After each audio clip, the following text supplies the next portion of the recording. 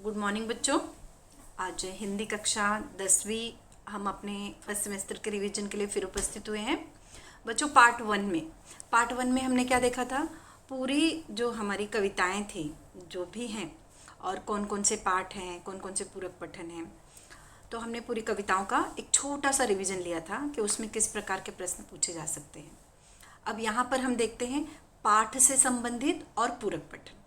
ठीक है, तो किस प्रकार से हम थोड़ा सा पाठ देखते हैं कि पाठ में क्या था और किस प्रकार से प्रश्न आ सकते हैं। तो चलो इस रिवीजन में हम क्या करते हैं, पाठ से संबंधित देखते हैं। अब पाठ तीसरा, वाह रे हमदर्द।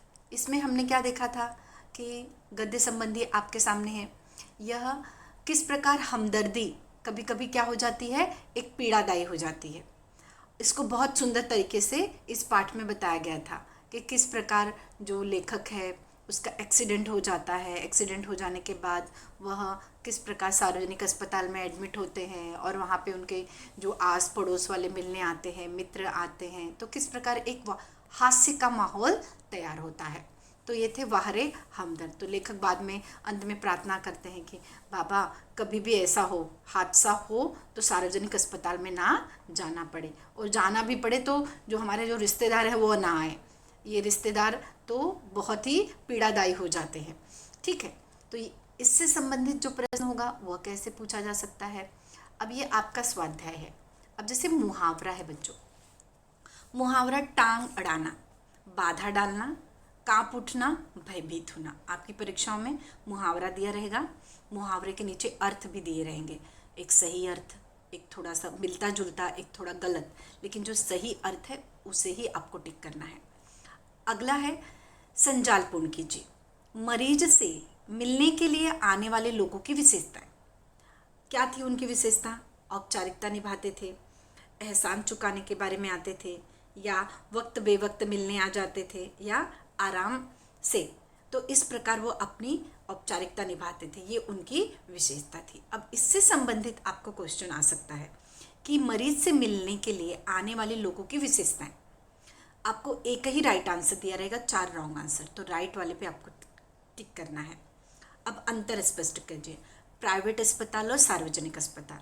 बच्चों जब हमने पढ़ा था ये पाठ तो उस वक्त भी मैंने इस प्रश्न के उत्तर को आपको बताया था। तो प्राइवेट अस्पताल के लिए आपको 2 ऑप्शन दिया जाएगा, उसमें से जो राइट ऑप्शन होगा वह आपको लिखना होगा। अब प्राइवेट अस्पताल में क्या होता है, सही इलाज होता है।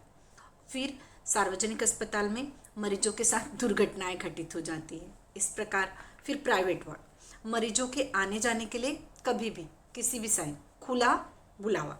लेकिन जनरल वार्ड में क्या होता है, मरीजों के मिलने का एक निश्चय समय तय किया गया रहता है।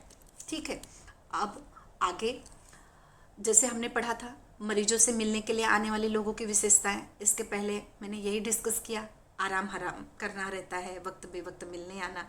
तो इस प्रकार के जो प्रश्न हैं एक ही राइट आंसर होगा और 3 गलत आंसर होगा, जिससे आपको सही आंसर को टिक करना होगा। अब अंतर स्पष्ट कीजिए प्राइवेट और सार्वजनिक अस्पताल में, जो कि मैंने आपसे अभी डिस्कस किया कि सही इलाज, मरीजों के साथ दुर्घटना होने की संभावना, मरीजों को मिलने का आने का एक खुला निमंत्रण, मरीजों को मिलने का निश्चित समय। अब आगे हम देखते हैं, अस्पताल में आए सोनाबाई के बच्चों की शिकायतें और शरारतें क्या थी। फिर कारण लिखिए, लेखक को अधिक गुस्सा अपनी पत्नी पर क्यों आया। लेखक कहते हैं कि मेरी दूसरी टांग उस जगह तोड़ना जहाँ कोई परिचित न हो, और शब्द समूह के लिए एक शब्द, वह स्थान जहाँ अनेक प्रकार के पशु पक्षी रखे जाते हैं, और दूसरा है जहाँ मुफ्त में भोजन मिलता है। अब इसके उत्तर हम देखते हैं बच्चों। अब यहाँ पर लेखक को गुस्सा अपनी पत्नी पर आया, क्यों? आपका ऑप्शन, क्योंकि लेखक की पत्नी बहुत बोलती थी, या लेखक की पत्नी जो थी वह लेखक का ध्यान नहीं रखती थी, या राइट वाला, रोते हुए आदमी को लेखक का मित्र या रिश्तेदार समझकर उसने टैक्सी का किराया दे दिया था। तो सही आंसर क्या है, ये, तो उसे टिक करना हो। दूसरा है, लेखक कहते हैं कि मेरी दूसरी टांग उस जगह तोड़ना जहाँ कोई परिचित न हो। ऐसा क्यों कहते हैं? क्यों? क्योंकि कोई उन्हें पहचान न सके। और दूसरा, क्योंकि हमदर्दी जताने वाले लोग बड़े बेदर्द होते हैं। तो राइट आंसर क्या होगा? हमदर्दी जताने वाले लोग बड़े बेदर्द होते हैं।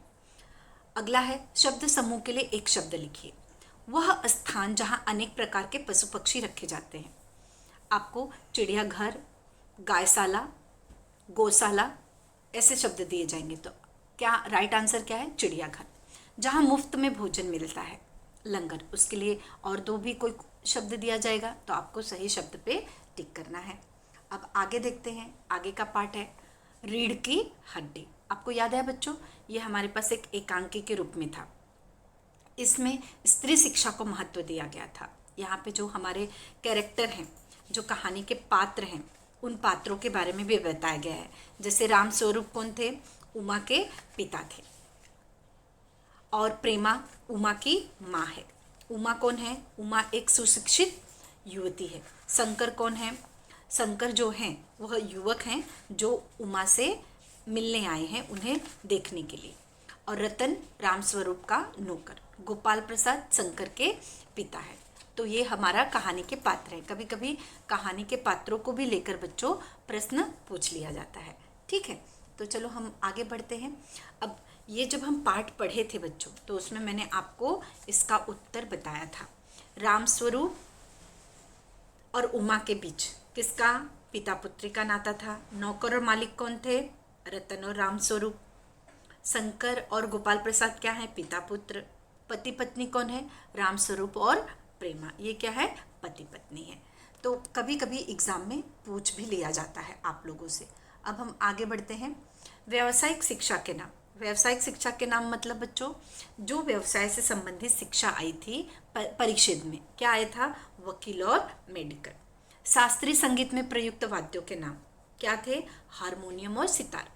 गोपाल प्रसाद की दृष्टि में बहू ऐसी हो। अगर ये प्रश्न समझो एग्जाम में दिया गया तो गोपाल प्रसाद की दृष्टि में बहू ऐसी हो। कैसी हो? खूबसूरत नहीं हो, खूबसूरत हो, सिलाई पुराई नहीं जानती हो, फिर या चश्मा पहनती हो। तो जो राइट आंसर है वो आपको लिखना है। ठीक है, तो ऐसे प्रश्न पूछे जाएंगे। बाप बेटे चौक उठे। क्यों बाप बेटे चौक उठे थे? क्योंकि उमा के चेहरे पर चश्मा लगा था या उमा बहुत सुंदर थी। तो राइट आंसर जो होगा वो लिखोगे। उमा को चश्मा लगा, क्यों लगा? बहुत पढ़ने के कारण या सर दर्द होने के कारण, जो राइट आंसर है। रामस्वरूप ने हारमोनियम उठाकर लाने को कहा, क्योंकि हारमोनियम बहुत हल्का था। हारमोनियम पर गाना गाना था या हारमोनियम बजाना था। हारमोनियम पर उमा गाना गाने वाली थी। आपको राइट आंसर देखना है। उमा को गुस्सा आया। उमा को किस बात पर गुस्सा आया था? उसकी बेइज्जती हो रही थी, शंकर को देखकर आया, या गोपाल प्रसाद बहुत बोल रहे थे। तो सही आंसर आपको टिक करना है। जरूरी नहीं बच्चों जो प्रश्न मैं बोल रही हूँ वही प्रश्न एग्जाम में आए, मैं केवल आपको उदाहरण के लिए बता रही हूँ।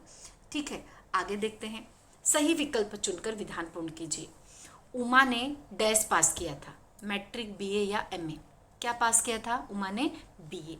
शंकर ने लड़कियों के हॉस्टल में ताक झांक दिखाई। तो ताक झांक दिखाई किसके लिए? आत्मीयता के लिए, स्वतंत्रता या कायरता? क्या झांक कर क्या किया था उसने? अपनी कायरता दिखाई थी। इस प्रकार अब हम बढ़ते हैं आगे। उत्तर लिखिए। उमा को इन बातों का ख्याल है। किसका? अपनी इज्जत और अपना मान। उपसर्ग लगाकर नया शब्द बनाइए। बेइज्जत, बेइज्जत जैसे बे से एक उपसर्ग लगकर नया शब्द बना है। तो दूसरा बेपरवाह, बेनकाब। लिंग बदल कर लिखिए। पुत्र का पुत्री और कन्या, नौकरानी का नौकर।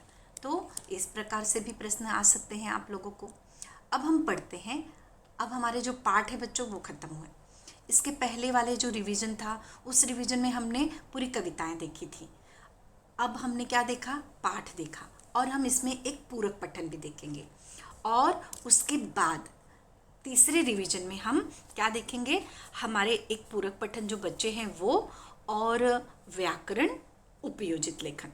अब ये पूरक पठन जो है मन, ये एक जापानी विधा के रूप में हमारे सामने प्रस्तुत हुई थी। बहुत ही सुंदर थी, जिसमें छोटी छोटी लाइनों के माध्यम से रचनाकार ने क्या किया था, अपने अनुभवों को बहुत सुंदर तरीके से हमारे सामने प्रस्तुत किया था। ठीक है, तो मन में किस प्रकार हमें रहना है, किस प्रकार हमारा व्यवहार होना चाहिए, कैसे लोगों के प्रति आत्मीयता होनी चाहिए, और रचनाकार ने बहुत अच्छे से इस कविता के माध्यम से हमें एक नई चीज़ें सिखाई थी। ठीक है, इससे संबंधित प्रश्न क्या आ सकते हैं? अब जैसे करते जाओ पाने की मत सोचो जीवन सारा, इससे क्या संदेश मिला था, याद आया आपको? करते जाओ पाने की मत सोचो जीवन सारा, मतलब हमें अपना कर्तव्य करते रहना चाहिए, आगे कर्म करते जाओ, फल की इच्छा मत रखो। भीतरी कुंठा नैनों के द्वार से आई बाहर, जब इंसान के आंखों से आंसू बहते हैं तो उसे क्या कहा है? भीतरी कुंठा, अपना दर्द आंखों से, नैनों से अश्रु के रूप में बाहर आता है, ऐसा संदेश दिया था। मतलब ऐसे छोटी छोटी कविताओं के माध्यम से बहुत सुंदर तरीके से रचनाकार ने हमें बताया था।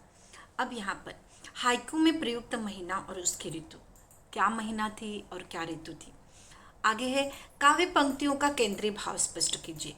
काव्य पंक्तियों का जो केंद्रीय भाव था, जैसे चलती सात पटरियां रेल की फिर भी मौन, इसमें क्या बताया गया था कि जो रेल की पटरियां होती हैं बच्चों, वो साथ में तो चलती हैं लेकिन मौन रहती हैं, कभी वह मिल नहीं पाती। आगे है कांटों के बीच खिलता फूल देता प्रेरणा, मतलब जो कांटों के बीच फूल खिलता है उससे हमें क्या प्रेरणा मिलती है? हमें यह प्रेरणा मिलती है कि मुसीबत में भी हमें क्या रहना चाहिए? पूरी तरह से सजग रहना चाहिए। अब जैसे नीचे वाली पंक्तियां थी, हाइकू में प्रयुक्त महीना और ऋतु, कौन सी महीना? फागुन महीना और वसंत ऋतु आया हुआ था। ठीक है, आगे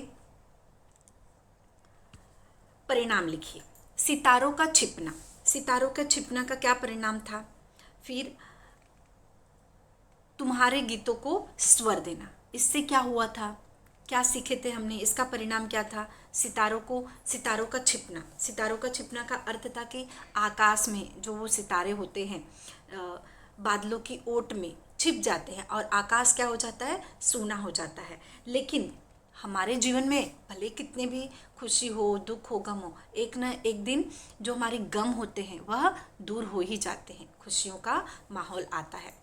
तुम्हारे गीतों को स्वर देना, तुम्हारे गीतों को स्वर देना में कवि ने क्या कहा है कि हमारे जो गीत होते हैं वह अमर हो जाते हैं। जब अच्छे तरीके से किसी बात को कही जाती है तो लोग उसे बहुत वर्षों तक याद रखते हैं, हमारे गीत जो होते हैं वह अमर हो जाते हैं।